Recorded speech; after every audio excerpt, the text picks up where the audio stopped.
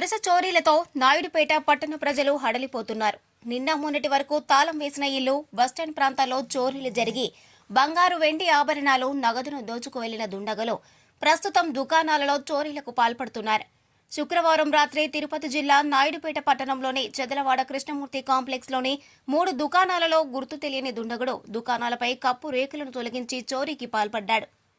Cement దుకాణం, bike spare parts, టైర్ల దుకాణంలోకి ప్రవేశించిన దుండగుడు cement దుకాణంలో 42,000, బైక్ స్పేర్ పార్ట్స్ దుకాణంలో 3,000 రూపాయలు, మొత్తం 45,000 రూపాయలు అపహరించుకు వెళ్లాడు.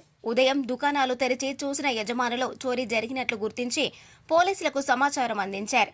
ఈ మేరకు సిఐసి వెంకటేశ్వర్లు, ఎస్ఐ భానుప్రసన్నలు సంఘటన స్థలాన్ని పరిశీలించారు.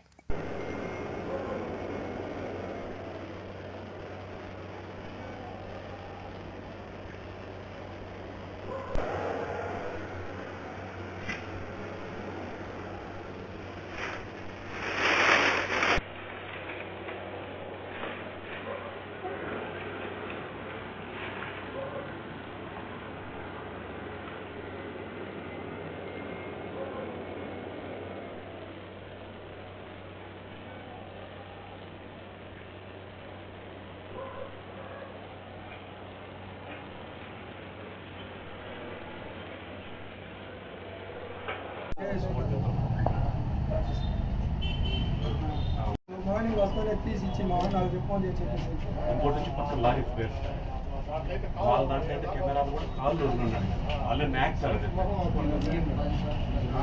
ఇక్కడ